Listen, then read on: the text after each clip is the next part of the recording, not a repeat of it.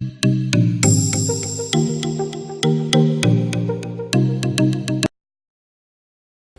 Friends, ಎಲ್ರಿಗೂ ನಮಸ್ಕಾರ. Natural beauty Kannada ಚಾನಲ್ಗೆ ತಮಗೆಲ್ಲರಿಗೂ ಸ್ವಾಗತ.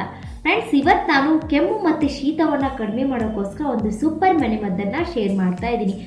ಈಗಂತೂ ಮಳೆಗಾಲ ಸ್ಟಾರ್ಟ್ ಆಯಿತು. ಮಳೆಗಾಲದಲ್ಲಿ ಮೇಲಿಂದ ಮೇಲೆ ಕೆಮ್ಮು ಮತ್ತು ನೆಗಡಿ ಕಾಡ್ತಾನೆ ಇರುತ್ತೆ. ದೊಡ್ಡವರಾಗಲಿ ಚಿಕ್ಕವರಾಗಲಿ ಎಲ್ರಿಗೂ ಕೆಮ್ಮು ನೆಗಡಿಯಿಂದ ಬಳಲ್ತಾ ಇರ್ತಾರೆ.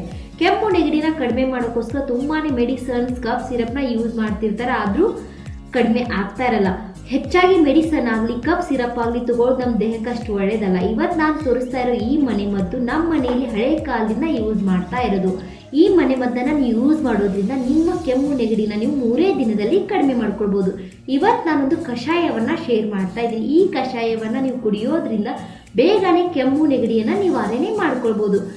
ಬನ್ನಿ ಕಷಾಯ ಹೇಗೆ ಮಾಡೋದು ಮತ್ತು ಏನೆಲ್ಲ ವಸ್ತುಗಳನ್ನ ಯೂಸ್ ಮಾಡಿದೀವಿ ಅಂತ ತಿಳಿದುಕೊಳ್ಳೋಣ. ಈ ಕಷಾಯ ಮಾಡೋಕ್ಕೋಸ್ಕರ ನಾನಿಲ್ಲಿ ಒಂದು ಪಾತ್ರೆಗೆ 1 ಲೋಟ ನೀರನ್ನು ಯೂಸ್ ಮಾಡ್ತಾ ಇದ್ದೀನಿ. ಈ ನೀರನ್ನು ಚೆನ್ನಾಗಿ ಕುದಿಸ್ಕೊಂಡ್ಬಿಡಿ. ಕುದಿಯುವಾಗ 1 ಟೀ ಸ್ಪೂನಷ್ಟು ಕೊತ್ತಂಬರಿ ಬೀಜ, ಅರ್ಧ ಟೀ ಸ್ಪೂನಷ್ಟು ಕರಿಮೆಣಸಿನ ಕಾಳು ಪುಡಿ, ಅರ್ಧ ಟೀ ಸ್ಪೂನಷ್ಟು ಶುಂಠಿ ಪೌಡರ್, 1 ಟೀ ಸ್ಪೂನಷ್ಟು ಕಲ್ಲು ಸಕ್ಕರೆ ಮತ್ತು 6 ರಿಂದ 7 ಎಲೆಯಷ್ಟು ತುಳಸಿ ಎಲೆಗಳನ್ನು ಹಾಕಿ ಚೆನ್ನಾಗಿ 10 ನಿಮಿಷ ಕಾಲ ಕುದಿಸ್ಬಿಡಿ. ಅಂದರೆ ಚೆನ್ನಾಗಿ ಬಾಯ್ಲ್ ಮಾಡ್ಕೊಳ್ಳಿ.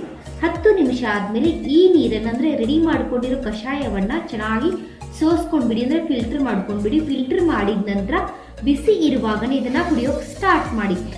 ಆರೋಗ್ಯ ಬಿಡಬೇಡಿ. ಬಿಸಿಯಾಗಿರುವಾಗನೇ ನಿಧಾನವಾಗಿ ಕುಡಿಯೋಕೆ ಸ್ಟಾರ್ಟ್ ಮಾಡಿ. ನಿಧಾನವಾಗಿ ಕುಡಿಯೋದ ನಂತರ ಹೊರಗಡೆ ಆಗಲಿ ಹೋಗೋಕೆ ಹೋಗ್ಬೇಡಿ. ಕುಡಿದ ನಂತರ ಅಂದರೆ ಕಷಾಯವನ್ನು ಕುಡಿದ ನಂತರ 1 ಗಂಟೆ ಕಾಲ ಮಲಗಬೇಕಾಗತ್ತೆ. ಒಂದು ಬ್ಲ್ಯಾಂಕೆಟನ್ನು ಮೇಲ್ಗಡೆ ಹಾಕಿಬಿಟ್ಟು ಚೆನ್ನಾಗಿ 1 ಗಂಟೆ ಕಾಲ ನಿದ್ದೆ ಮಾಡಿ. 1 ಗಂಟೆ ಕಾಲ ಈ ರೀತಿ ನೀವು ರೆಸ್ಟ್ ಮಾಡೋದ್ರಿಂದ ಕೆಮ್ಮು ನೆಗಡಿನ ಸ್ವಲ್ಪ ನೀವು ನಿವಾರಣೆ ಮಾಡ್ಕೊಳ್ಬೋದು. ಇದೇ ರೀತಿ ನೀವು 3 ದಿನ ಕಾಲ ಮಾಡೋದ್ರಿಂದ ಕೆಮ್ಮು ನೆಗಡಿಯನ್ನು ಬೇಗನೆ ಕಡಿಮೆ ಮಾಡ್ಕೊಳ್ಬೋದು.